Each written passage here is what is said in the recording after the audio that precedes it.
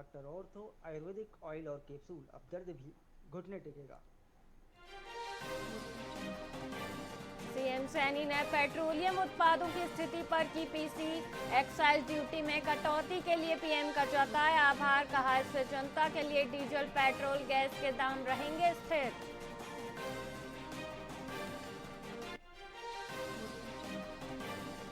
चंडीगढ़ के सुखना लेक पर air show का आयोजन। सीएम नायब सिंह सैनी और राज्यपाल ने देखा एयर शो। पंजाब के राज्यपाल और सीएम भी रहे मौजूद।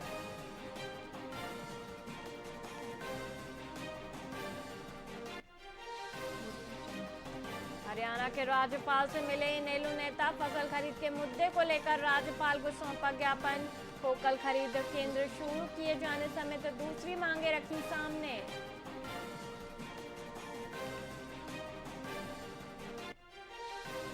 सीबीआई में डेपुटेशन पर जाएंगे आईपीएस गंगाराम पूनिया। हरियाणा सरकार ने दी डेपुटेशन की मंजूरी। 5 साल के लिए डेपुटेशन को मिली मंजूरी।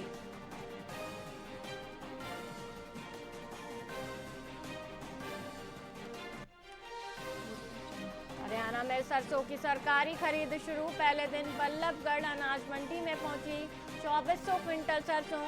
6200 प्रति क्विंटल एमएसपी की निर्धारित सरसों की सरकारी खरीद शुरू।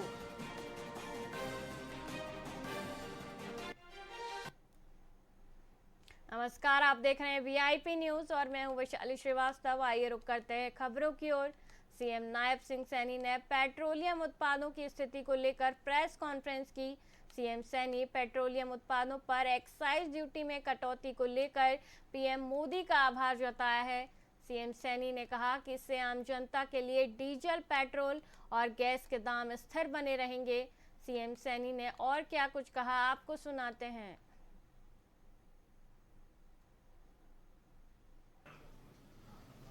आपदा खड़ी हुई है, उस विषय को लेकर के, क्योंकि बहुत सारी ऐसी ज़रूरत की चीज़ें हैं जिनको लेकर के कुछ भ्रम भी फैलाए जा रहे हैं और पैनिक भी खड़ा किया जा रहा है। उसको लेकर के कोई भ्रम की स्थिति या पैनिक खड़ा ना हो, आप लोगों के माध्यम से प्रदेश के मैं सम्मानित सभी जन को कहना चाहूँगा। इस संबंध में मैं सबसे पहले तो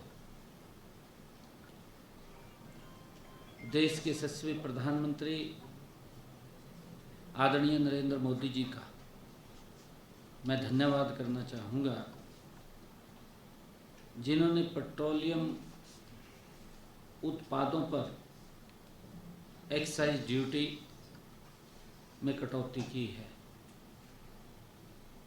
और उस समय में की है जब पूरी दुनिया में रेट बढ़ रहे हों, क्योंकि इस प्रकार की स्थिति है, ये वैश्विक संकट है, जो मिडिल ईस्ट की समस्या है, पूरे वर्ल्ड के ऊपर इसका प्रभाव पड़ा है और सभी जगह रेट भी बढ़ रहे हैं। परंतु देश के यशस्वी प्रधानमंत्री आदरणीय नरेंद्र मोदी जी ने इस आपदा के समय में भी पेट्रोलियम उत्पादों पर एक्साइज ड्यूटी को कम करके हरियाणा प्रदेश और देश के लोगों को बड़ी राहत देने का काम आदरणीय मोदी जी ने किया है। एक्साइज ड्यूटी पेट्रोल के ऊपर 10 रुपये और डीजल पे 0 की है। एक बड़ी राहत आम जन को मिली है। इससे आम जनता के लिए पेट्रोल, डीजल, गैस के दाम वो स्थिर बने रहेंगे, जबकि पूरी दुनिया में भाव ऊपर जा रहा है। परंतु मोदी जी का कुशल नेतृत्व, ऐसा व्यक्तित्व जिसकी दूरदृष्टि है, जो समय पर निर्णय लेता है, जिसका एक ही संकल्प है, विकसित भारत।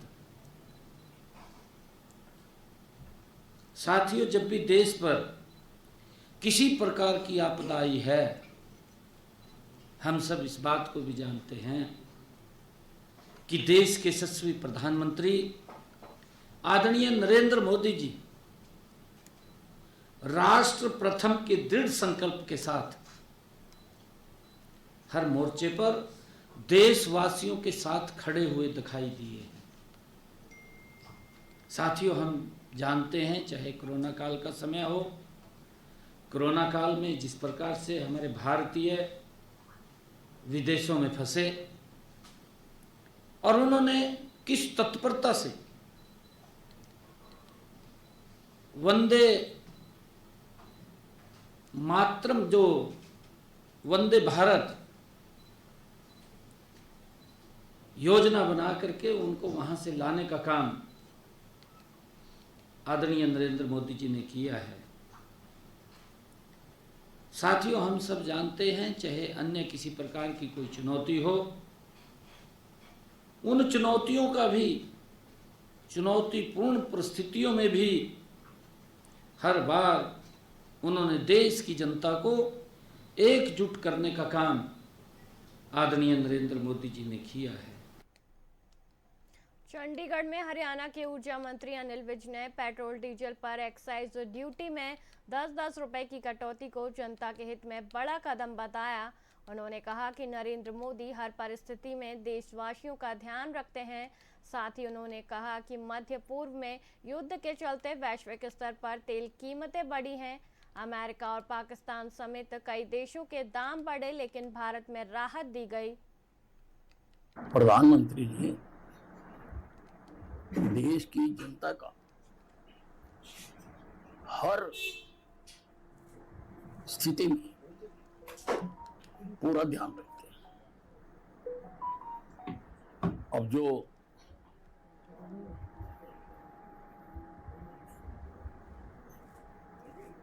खाड़ी के देशों में युद्ध लगा हुआ है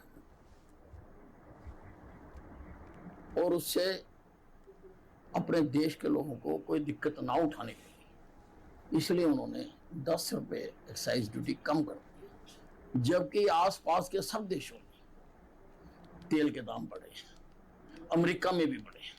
प्रधानमंत्री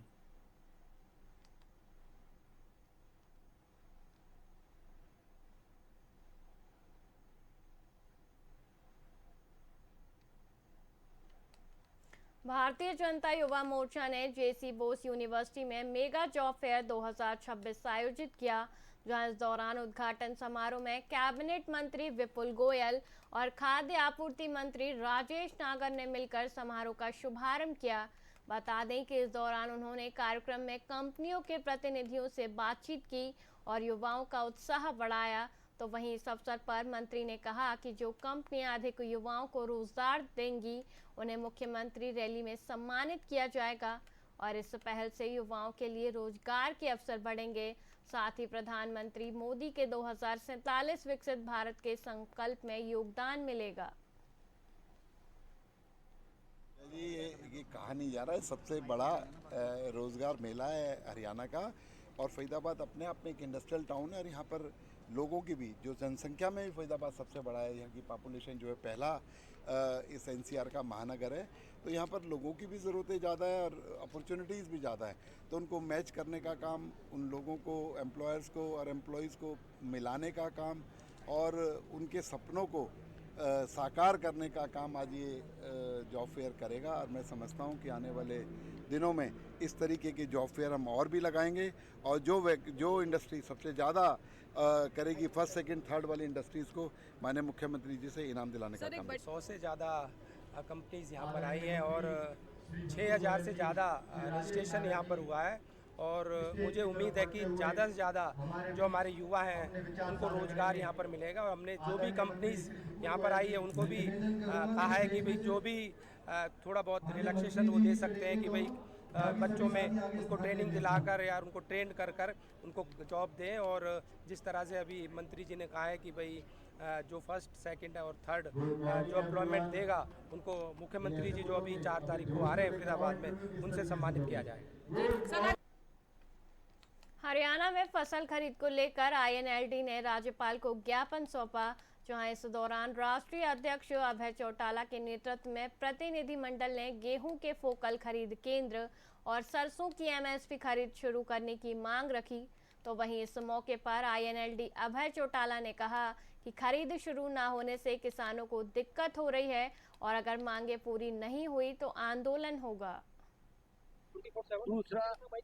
दूसरा जो मंडियां थी, जो सेंटर बने हुए थे, परचेज सेंटर जिनको फोकल पॉइंट भी कह देते हैं, वो सारे के सारे लाइसेंस जो है इन्होंने, मुख्यमंत्री ने हमें आश्वासन दिया था कि मैं सारे लाइसेंस रिन्यू करवाऊंगा और परचेज सेंटर ज्यों के त्यों रहेंगे।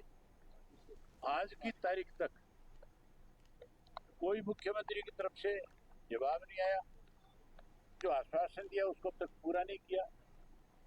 इसलिए हमें आज महामहिम के पास आना पड़ा कि भी आप हमारे हेड हो, आपकी जिम्मेवारी बनती है, प्रदेश का बहुत बड़ा इश्यू है, इसमें आप सरकार को जो है हिदायत जारी करो अपनी तरफ से कि तुरंत यही कहा गवर्नर साहब ने कि भी मैं मुख्यमंत्री से बात करूंगा। मैंने बहुत खुल करके उनको कहा, मैं बोला मुख्यमंत्री से बात करने की बजाय आप कलर को कहोगे तो और ज्यादा अच्छा रहेगा, क्योंकि मुख्यमंत्री तो नाम का है, डमी है।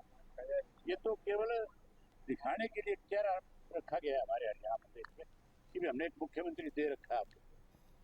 मुख्यमंत्री तो अगर इस पे कोई कार्रवाई करते तो जिस दिन हमने उनको ज्ञापन दिया था उसके बाद उन्होंने हमें आश्वासन दिया था, तो फिर अब तक इस पे फैसला ले लेना चाहिए था। गंगाराम पुनिया को हरियाणा सरकार ने केंद्रीय अन्वेषण ब्यूरो में डेपुटेशन के लिए मंजूरी दी है। यह डेपुटेशन अगले 5 वर्षों के लिए प्रभावी होगा। वर्तमान में गंगाराम पुनिया हरियाणा विजिलेंस विभाग में एसपी के पद पर तैनात हैं। डेपुटेशन के इस निर्णय से उनके अनुभव का लाभ सीबीआई के कार्यों में भी मिलेगा।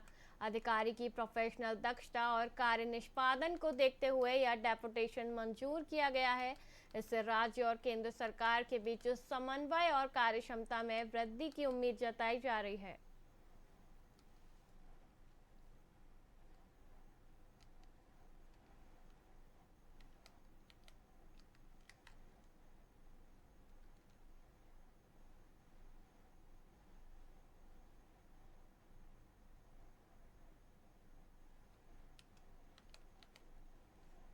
फरीदाबाद के वल्लभगढ़ अनाज मंडी में प्रदेश में सरसों की सरकारी खरीद शुरू हुई। मार्केट कमेटी के सेक्रेटरी इंदरपाल ने बताया कि पहले दिन करीब 2400 क्विंटल सरसों की फसल मंडी में पहुंची। किसानों की सुविधा के लिए बैठने, पानी और बरसात से बचाव हेतु त्रिपाल की व्यवस्था की गई है। खरीद प्रक्रिया में बायोमेट्रिक प्रमाणीकरण और ट्रैक्टर ट्रॉली की फोटो के बाद गेट पास जारी किया जा रहा है। सरकार ने सरसों का एमएसपी 6200 प्रति क्विंटल तय किया है और खरीद की जिम्मेदारी हैफेड एजेंसी को सौंपी गई है।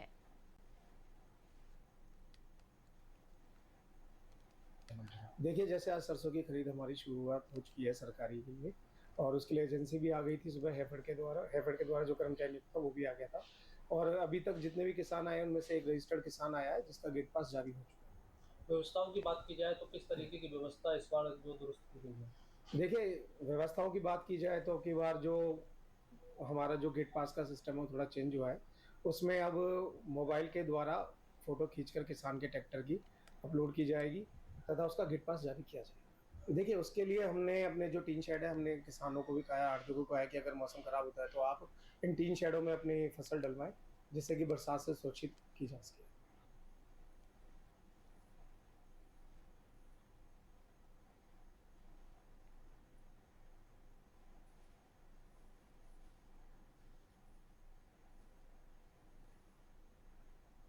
रतिया में कानून व्यवस्था को चुनौती देने वाली घटना सामने आई।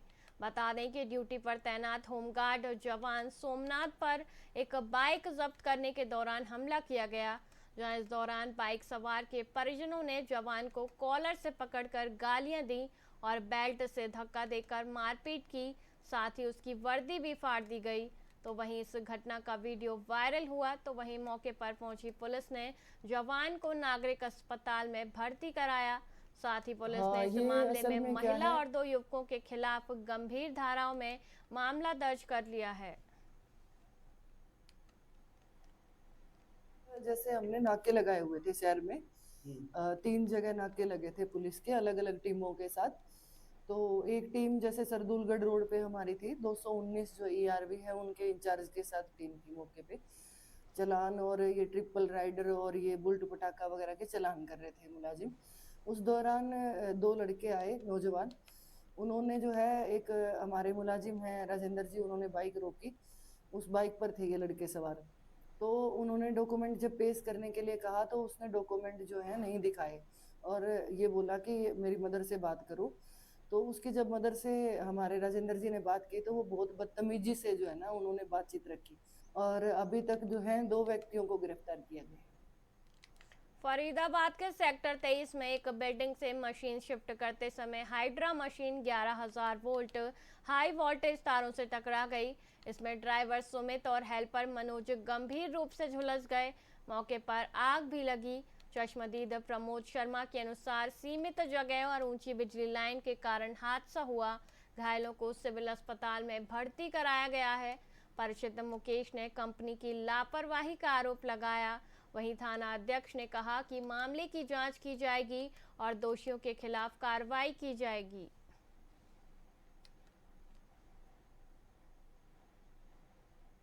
ये 2 लोगों को चोट आई है, इसमें दोनों ही हाइड्रा के थे, एक ड्राइवर था और एक हेल्पर। तो वो अभी थोड़ी देर पहले मेरे पास आए भी थे क्योंकि मेरी गाड़ी उधर ही खड़ी थी। तो मेरे पास आए थे कि अपनी गाड़ी हटा दो। तो मैंने बोला क्या करना है, तो उन्होंने कहा जी हाइड्रा लगाना है। तो मैं वहाँ गया तो मैंने बोला भी था कि हाँ हाइड्रा लगेगा नहीं तुम्हारा, क्योंकि ऊपर मैंने की हाई वोल्टेज की तार भी है और मैंने भी काट नहीं पाओगे। मैंने करना क्या करा, मशीनें शिफ्टिंग करनी है। तो फिर मैं अपनी गाड़ी आगे लगा के वापस आ गया। उसके बाद में थोड़ा शोर सुना, बाहर आया, देखा तो वो ऊपर से नीचे गिरा है और वो उसको बचाने के लिए निकला था ड्राइवर, वो भी चिपक गया साथ की। भाई हादसा हो रहा है, अभी पता करेंगे, हॉस्पिटल में भेज रखे इंजर्ड। सर कितने लोगों को चोट आई है वैसे? 2 को बता रहे हैं, बाकी जाके देखेंगे अभी। सर इस लाइन को कटवाया नहीं गया था? कट रहे हैं, लाइन अभी तो कट रही है, पहले पता अभी तो कट रही है सर, लेकिन जब ये माल उतारा जा रहा था तब नहीं कटी? जब इनको पता होगा यार, पता नहीं, देखेंगे, पता करेंगे, अभी पता कर रहे हैं। अच्छा जांच में लगी? हाँ, जिसकी गलती होगी उसको सजा मिलेगी। तो साहब कह रहे हैं तो थोड़ा साइड दो, काम कर दो। हाँ, ये दोनों मेरे गाँव के हैं, काम करने के लिए गए थे। सुमित ड्राइवर था, मनोज कंडक्टर था जी। ये मशीन चढ़ानी थी ऊपर छत पर जी। इन लोगों से बोला गया कि बिजली की लाइन कटी हुई है। उन्होंने मशीन चढ़ा दी, लेकिन लाइन नहीं कटी थी। लाइन टच होती ही दोनों हेड्रा में भी आग लग गई और लड़का भी जल गया और एक ऊपर छत से बिजली ने फेंक दिया। कितनी उम्र है इन दोनों की? सुमित की उम्र है 22-23 साल। कहाँ का रहने वाला था? ये गाँव तरौली सोमाली का रहने वाला, जिला मथुरा। किसकी गलती मानते हैं? तो कंपनी वालों की गलती है सर, जब लाइन कटवाते तभी मशीन चढ़वाते। कहते 2 मशीन चढ़ा ली थी, तीसरी मशीन चढ़ा रहे थे जब हादसा हुआ। 2 मशीन चढ़ा, जब नहीं पता चला लाइट कटी हुई है, लाइट आ रही है। ये तो मुझे ड्राइवर ने बताया, वो चीज मैं आपको बता रहा हूँ। अब एक तो ड्राइवर की हालत खराब है और एक लेबर की। हाँ, एक कंडक्टर। जो छत से गिरा है वो कौन है? जो छत से गिरा है जो? वो कंडक्टर था, मनोज। क्या नाम था उसका? मनोज। पलवल में फिट इंडिया फिट पलवल कार्यक्रम का आयोजन नेताजी सुभाष चंद्र बोस स्टेडियम में किया गया। मुख्य अतिथि हरियाणा के खेल राज्य मंत्री गौरव गौतम रहे। कार्यक्रम की शुरुआत जुम्बा सेशन से हुई। इसके बाद रस्साकशी, योगा, मटका रेस और वॉलीबॉल जैसी खेल गतिविधियों का आयोजन किया गया। वहीं मंत्री ने युवाओं को फिटनेस के महत्व के प्रति जागरूक किया और बताया कि स्टेडियम में 20 करोड़ रुपए की लागत से सिंथेटिक ट्रैक और क्रिकेट पिच जैसी नई सुविधाएं विकसित की जा रही हैं।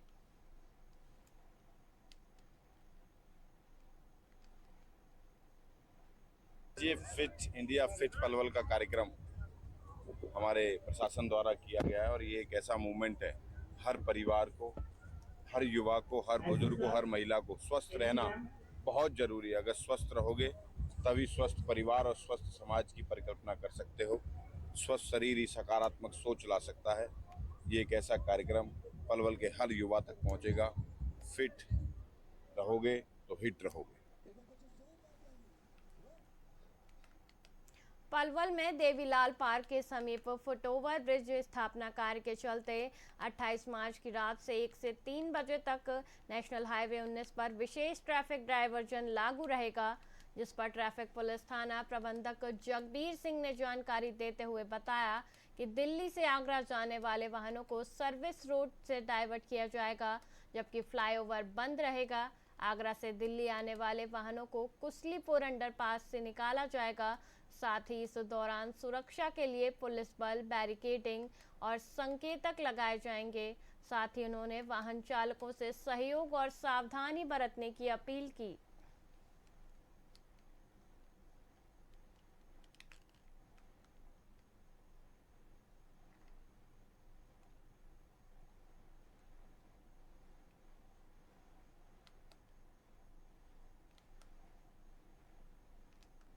तो ट्रैफिक एसपी साहब वरुण सिंगला जी के आदेश अनुसार रूट को डाइवर्ट किया जाएगा।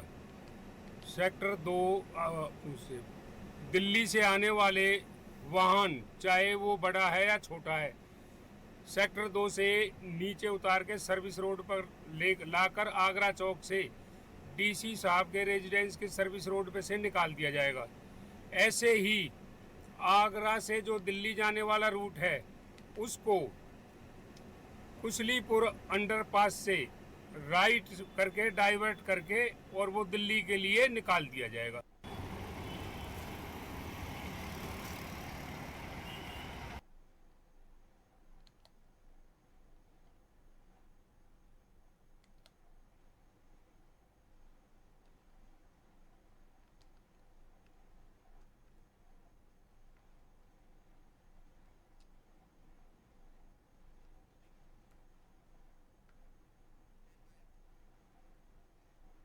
फिलहाल के लिए इतना ही, मुझे दीजिए इजाजत। देखते रहिए वीआईपी न्यूज़। नमस्कार।